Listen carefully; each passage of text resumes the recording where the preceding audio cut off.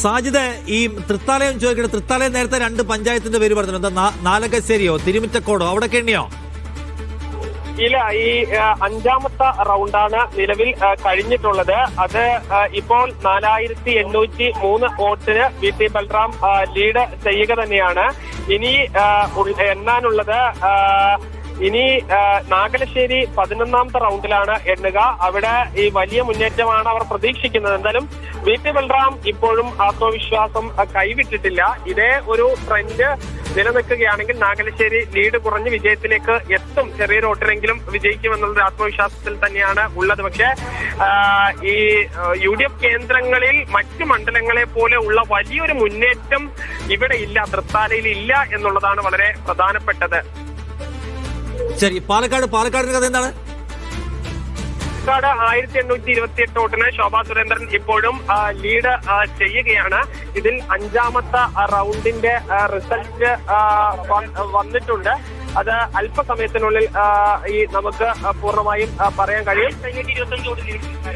രമേശ് പിഷാരടി ലീഡിലേക്ക് വന്നിരിക്കുന്നു. 1525 വോട്ടിന് രമേശ് പിഷാരടി 1525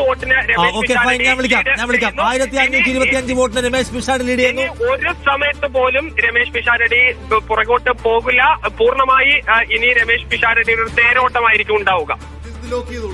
ഈ വാചകം ലോക്ക് ചെയ്തിരിക്കുകയാണ്. ഇനി ഇത് മാറുമ്പോഴേ വിളിക്കുള്ളൂ കേട്ടോ.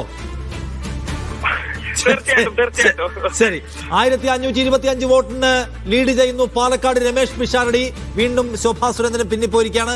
NDAയുടെ സീറ്റ് അപ്പോഴും 2 എന്ന് നമ്മൾ കാണുന്നുണ്ട്. പാലക്കാട് മാറണം. പാലക്കാട് 1 നേമത്ത് മാത്രമായിരിക്കുന്നു. പക്ഷേ ഇല്ല, വട്ടിയൂർക്കാവ് അല്ല, കഴക്കൂട്ടം കിടക്കുകയാണ്. കഴക്കൂട്ടത്ത് മാറാനുള്ള സാധ്യതയുണ്ട്. പക്ഷേ വിജിൻ പറയുന്നത് വട്ടിയൂർക്കാവിലും കഴക്കൂട്ടത്ത് പക്ഷേ ഇനി എണ്ണാൻ പോകുന്നത് മുഴുവൻ ലെഫ്റ്റിന്റെ വോട്ടുകളാണ്. അതുകൊണ്ട് അതിലൊന്നും സംഭവിക്കാൻ സാധ്യതയില്ല. തുടക്കം മുതൽ ലീഡ് തന്നെ പറ്റുമെന്നാണ് വിജിൻ പറയുന്നത്.